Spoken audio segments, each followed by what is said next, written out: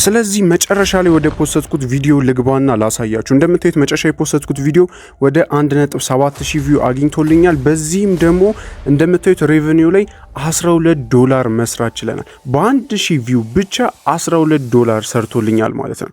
ታዲያ ይሄንን እያያችሁ ማን ነው ለምን ጠፋ የሚል?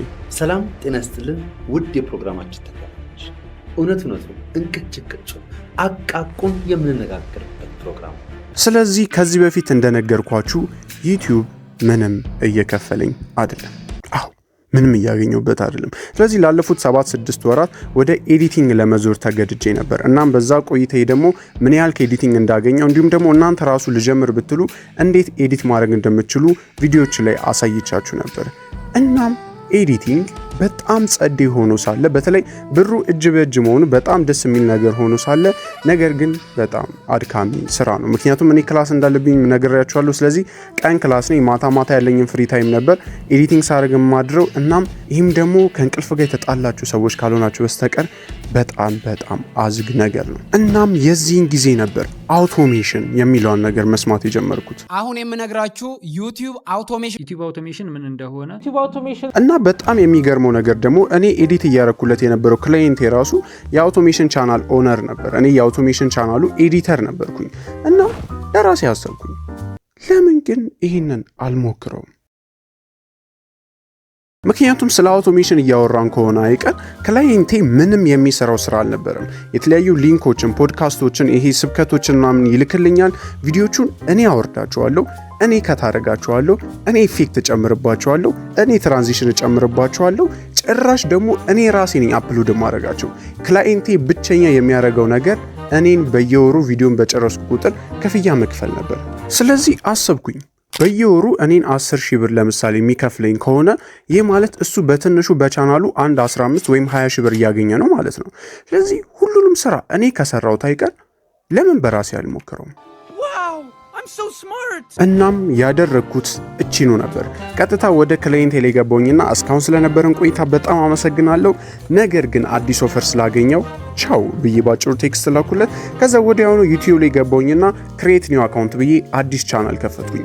እናም አሁን ይህን ቪዲዮ ቻናል ከከፈትኩት 1-2 ወራት ይሆናል። የመጨረሻውን ቪዲዮ ከፖስትኩ በኋላ ወዲያውኑ የከፈትኩት ቻናል ነው። አሁን ምን ላይ እንደደረሰ ገብቼ ላሳያችሁ። እንደምታዩት ኦልሬዲ ወደ 3000 ምናምን ሰብስክራይበር ደርሶልኛል። እናም ሬቨኒው ላይ ገብቼ ላሳያችሁ። እስካሁን 136 ዩሮ ሰርቻለሁ በዚህ ቻናል ብቻ ማለት እና ትልቁ ፓርት ይሄ አይደለም። ምክንያቱም ወደ ዋናው ቻናል ላይ ተመልሼ ላሳያችሁ። እንደምታዩት ይሄ አሁን ይሄ ሁላችሁም የምታውቁት ቻናል ነው። ይሄ ወደ 33000 ምናምን ሰብስክራይበር ያለው ማለት ነው። እንደምታዩት ልግባና ላሳያችሁ። ይሄ የመጨረሻው ቪዲዮ ላሳያችሁ። ይሄ የመጨረሻ የፖስትኩት ቪዲዮ የኤዲቲንግ ቪዲዮ ነው። እንደምታዩት 33000 ቪው አለው። ቴንክ ዩ በጣም ሁላችሁም በጣም አመሰግናለሁ። በጣም ትልቅ አመሰግናለሁ። እና እንደምታዩት በጣም ብዙ ኮሜንቶች አሉ። 200 በጣም እውነት አመሰግናለሁ። በጣም ብዙ ነው የምር ቴንክ ዩ። እና ከዚህ በጣም ብዙ ላይክ አለው። እናም ደግሞ ሎንግ ቪዲዮ ነው። ስለዚህ በጣም ብዙ ወቻ አወራለሁ። ኦልሞስት 28-30 ደቂቃ የሆነ ቪዲዮ ነው። ስለዚህ ይሄን በመሰለ ገራሚ 33000 ቪው ባለው ቪዲዮ ስንት እንደሰራው ላሳያችሁ። 15 ዩሮ 15 ዩሮ ፐርፌክት ማለት በቃ እሺ አሪፍ። አሁን ወደዚህኛው ቻናል ልመለስና አሳያችሁ። ይሄም ደግሞ ባይዘ ኢንተርናሽናል ራሱ አይደለም በአማርኛ የከፈትኩት ቻናል ነው። እንደምታዩት ይሄኛው አንዱን ቪዲዮ ዝም ብዬ ላሳያችሁ። እንደምታዩት ይሄ 6000 ቪው አግኝቷል። እሺ እና 6000 ቪው አግኝቷል። በዚህም ደግሞ ስንት አገኘው? 13 ዩሮ ሰርቻ። እያያችሁ ነው። እሺ ሲፒኤሙን ገብቼ ላሳያችሁ። ሲፒኤሙ እንደምታዩት ለዚህኛው ማለት ነው በ1000 ቪው 2 ዩሮ ነው እየሰራልኝ ያለው።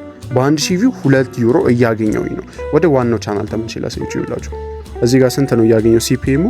በ1000 ቪው 0.4 ዩሮ እየሰራው። ይህ ማለት በ100,000 ቪው 48 ዩሮ ነው የምሰራው ማለት ነው። ወደዚህኛው ቻናል ግን ብንመለስ በ100,000 ቪው 200 ዩሮ እሰራለሁ።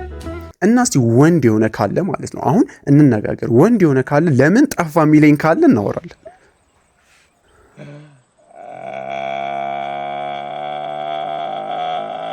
ስለዚህ የመጀመሪያው ስራዬ የነበረው ዩቲዩብ ቻናል መክፈት ነው። ይህንንም ደግሞ ለማለት ቀጥታ ዩቲዩብ ላይ እንገባና ክሬት ኒው ቻናል እንለዋለን። ስሙን ደግሞ ድመት እንለዋለን። ያው ድመት ስለሙድ በኋላ ሰው ማስተካከል ስለምንችል ችግር የለውም። እና ኢትዮጵያ ውስጥ ደግሞ ዩቲዩብ መክፈል አቁሟል ምናምን የሚባለው ነገር ሳክስ ነው። ችግር የለውም። ዝም ብላችሁ ክፈቱ። ስቲል ኢትዮጵያ ውስጥ ይሰራል። እኔ ይሄው ከፍቼ ሞኔታይዝድ ሆኖልኛል። ኦኬ። ስለዚህ የመጀመሪያው ቻናላችሁን ከከፈታችሁ በኋላ ቀጥታ ያደረግኩት ነገር ዩቲዩብ ላይ እናንተ የምትሰሩትን ኮንተንት መፈለግ ነው። ምክንያቱም አውቶሜሽን ከዚህ በፊት ብዙ ሰዎች ሲያብራሩት እንደሰማችሁ እርግጠኛ ነኝ። አውቶሜሽን የእኛን ፊት ወይም ድምፅ ሳናስገባ ነገር ግን ኦልሬዲ ባሉ ኮንተንቶች እኛ ደግመን መግባት ነው። ለምሳሌ ፊልሞች ሊሆኑ ይችላሉ፣ ኳስ ጨዋታዎች ሊሆኑ ይችላሉ፣ ፖድካስቶች ሊሆኑ ይችላሉ። እነሱን ቆራርጠን ወደ ሰው በሚስብ መልኩ አጠር አድርጎ ወይም ደግሞ በተለያየ በትረካ መልኩ ወይም በተለያየ መንገድ ቀይሮ ማቅረብ ነው። ስለዚህ እናንተ በዚህ በኢትዮጵያ ውስጥ የሌለ ሊሆን ይችላል፣ ብዙም ያልተለመደ ወይም ደግሞ እየተሰራ ያለው ሆኖ ብዙ ኮምፒቲሽን የሌለበትን ኮንተንት መፈለግ ነው። ስለዚህ እኔም ይህን እያረኩ ሳለ አንድ ነገር ትዝ አለኝ። እኔ ኦልሬዲ ለክላይንቴ ስሰራለት የነበረው አውቶሜሽን ቻናል ኮንተንት ነበር። ስለዚህ ኦልሬዲ እንዴት እንደሚሰራ አውቃለሁ፣ ስሰራው ነበር። በዛ ላይ ደግሞ ጥሩ ቪውም እያገኘ እንደነበር አውቃለሁ። ስለዚህ ለምን ራሱንም አልደግመውም? ስለዚህ ያረኩት ቀጥታ እሱ ነበር። የክላይንቴን ቻናል ደገምኩት። ከዛ ኦልሬዲ የሚሰራቸውን ቪዲዮዎች አውቃቸዋለሁ። ስለዚህ እነሱን አወረድኩኝ። እናም ደግሞ ኤዲት ማስደረግ ጀመርኩኝ። እናም ኤዲት ያስደረግኳቸው ቪዲዮዎች 5 እስኪደርሱልኝ ድረስ ምንም አይነት ቪዲዮ አልፖስትኩም ነበር። ምክንያቱም አውቶሜሽን የኳሊቲ ወይም የጥራት ጉዳይ ሳይሆን አንድ ጽድት ያለ ቪዲዮ የመስራት ጉዳይ ሳይሆን ብዙ ቪዲዮዎችን የመስራት ጉዳይ ነው። ስለዚህ 5 ቪዲዮዎች እስኪሰሩ ጠበቅኩኝና የመጀመሪያ ቪዲዮን ፖስትኩት። እናም 0 ቪው አገኘ።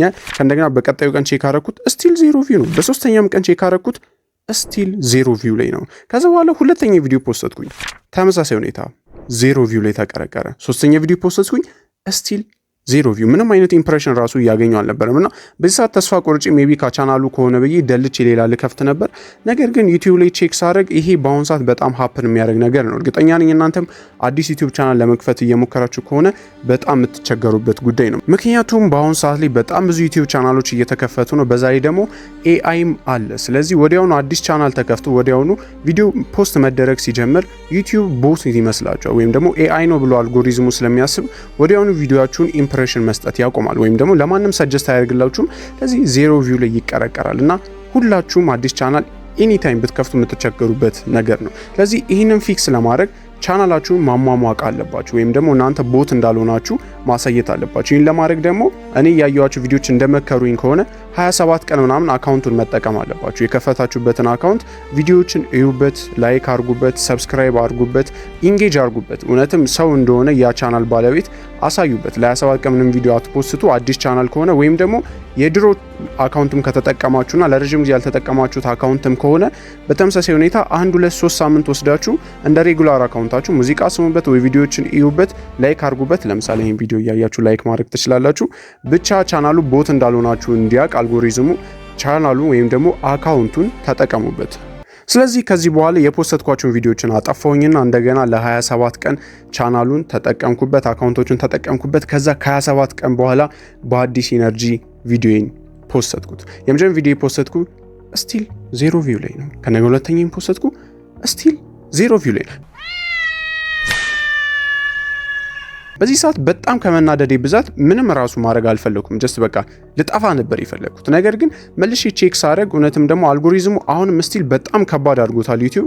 ይህን ፑሽ ለማድረግ በጣም ታይም ይፈጃል እና ሜቢ ሰጀስት ያደረጉኝ ራሳችሁ አልጎሪዝሙ እስኪያገኘው ድረስ ቪዲዮቻችሁን ራሳችሁ እያያችሁ ፑሽ እንዲያደርገው አበረታቱት ነው ያሉት። ስለዚህ በተለያየ አካውንቶች እየገባው በጓደኞቻችሁም ሊሆን ይችላል በተለያየ አካውንት እየገባችሁ የራሳችሁ ቪዲዮ ደግማችሁ እዩት። ነገር ግን ሊንክ አትጠቀሙ፣ ምክንያቱም ዳይሬክት ሊንክ አይቆጠርም፣ ያው እዛው ነው። ነገር ግን ሰርች አድርጋችሁ ፈልጋችሁና ዩቲዩብ ላይ በሰጀሽን መልኩ እንዲመጣ አድርጋችሁ ቪዲዮአችሁን እዩት። ስለዚህ እኔም ያደረኩት እሱን ነበር። ራሴን በተለያየ አካውንቶች ያዩዋቸው 4 ቪዲዮ አደረስኩት። ከዛ በኋላ ሁለተኛ ቪዲዮ ፖስትኩኝ ስቲል 0 ቪው ላይ ነው። ሶስተኛ ቪዲዮ ፖስትኩኝ ስቲል 0 ቪው ላይ ነው። እና በዚህ ሰዓት በጣም ተስፋ ስለቆረጥኩኝ በቃ ቻናሉን ላቆመው ነበር። ነገር ግን ከፍዬ ያሰሯቸው ኦሬዲ 7 ቪዲዮዎች ነበሩኝ። ኦሬዲ ብሬ መክሰሩ ካልቀረ ለምን ዝም ብዬ አልፖስታቸው ብዬ የመጨረሻውን አራተኛ ቪዲዮ ፖስትኩ። እሱን ስፖስት 100 ቪው አገኘ። ይህም ደግሞ በጣም ደስ የሚያሰኝ ነገር ነው። ምክንያቱም አትሊስት ዩቲዩብ ሰጀስት እያደረገልኝ ነው። ከዚህ በኋላ ቪዲዮ እንኳን ቪው ባያገኝ እንኳን የኛ ችግር ነው፣ የጥራቱ ችግር ነው እንጂ ዩቲዩብ ችግር አይደለም። ስለዚህ አራተኛዬን ፖስትኩኝ 800 500 ቪው አለ። አምስተኛዬን ፖስትኩ። ከዛ በኋላ ቡም ባንዴ 1000 ቪው ምናምን አገኘ። ይሄ ከታየ በኋላ የድሮዎቹም 4 ቪዲዮዎች መታየት ጀመሩ። ከዛ አንድ ሳምንት ባልሞላ ጊዜ ውስጥ 1000 ሰብስክራይበር፣ 4000 ዋች አወር እንዲሁም ደግሞ ሞኔታይዝድ ሆንኩኝ። እናም ይሄ ሁሉ ከተፈጠረ ወር ምናምን አልፎታል እና እንደምታዩት 3000 ሰብስክራይበር ላይ ደርሻለሁ። ስለዚህ አሁን ዋናው ጥያቄ እንዴት ነው ከኮፒራይት ነፃ ሆነን ቪዲዮዎችን መስራት የምንችለው? ምክንያቱም ስለ አውቶሜሽን እያወራን ከሆነ አይቀር የምንጠቀመው የሰዎችን ፖድካስት፣ ፊልሞችን እና እግር ኳስ ጨዋታዎችን ነው ደግመን በተለያየ መልኩ እየሰራናቸው ያለ ነው። ለዚህም ደግሞ ሚስጥሩ ቀላል ነው።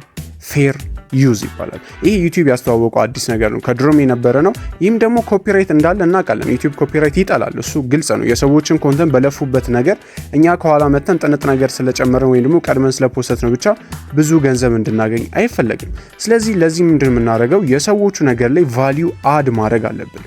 በአጭር ምሳሌ ላሳያችሁ። ለምሳሌ ስለ ሜሲ ቪዲዮ ማሳየት ፈልጋችሁ እናም ቀጥታ የሜሲ እግር ኳስ ጨዋታዎችን አውርጄ አንድ ላይ ደርድሬ የምፖስታቸው ከሆነ ምንም የጨመርኩት ነገር የለም። ምክንያቱም ኦልሬዲ የነበሩ የተሰሩ ኳስ ጨዋታዎችን ነው እዚህ ጋር የፖስትኳቸው።